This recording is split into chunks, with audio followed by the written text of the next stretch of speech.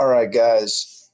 So for this week's assignment, I should say Wednesday's assignment, you guys are going to have a discussion. Now, I really mulled over the possibility of you having two assignments to work on, which would have been a pair deck assignment, which is something new that we haven't really worked with, and it was kind of finicky. I tried to work with it.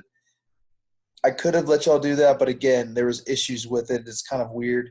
So I decided, you know what? Let's just make this easier for all of us, and let's just cut that out.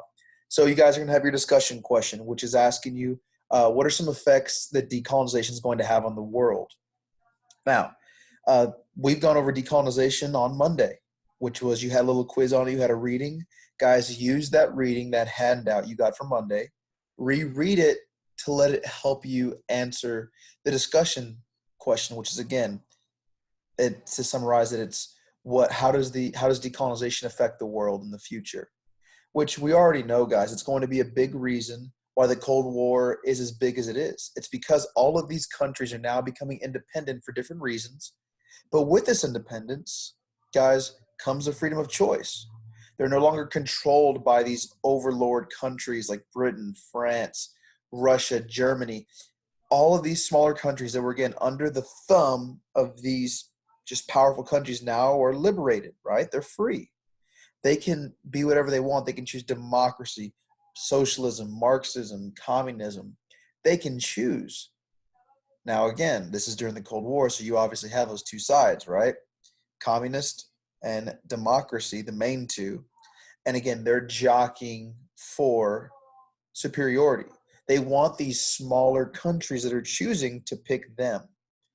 So that's just a little bit of background info that can help you out when it comes to answering this question. Now, from here, guys, you also got to understand a couple things about the Cold War. There are wars with these smaller countries. For example, because you have those communist and democratic sides, there's going to be parts of countries that want to go democratic or they want to go communist. And those sides are going to have conflict. And there's going to be civil wars in countries as well.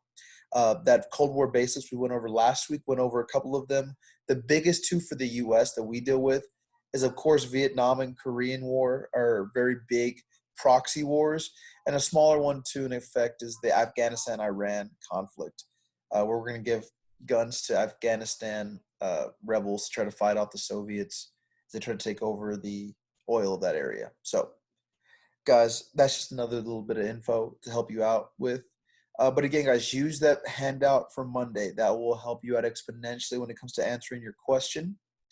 And then from there, guys, just understand these countries are new. They're going to create their own laws for once. Because before, all of these bigger countries, again, Britain, France, Germany, Russia, guys, the U.S. wasn't a big imperial power, but they literally got to choose the country's number one religion, their laws, who was in charge.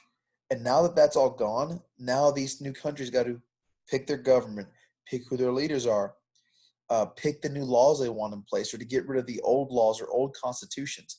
Those are big tasks. I mean, even for the U.S., guys, when we became independent, it took us 25, 30 years to get our stuff down. And even then, it was trial and error.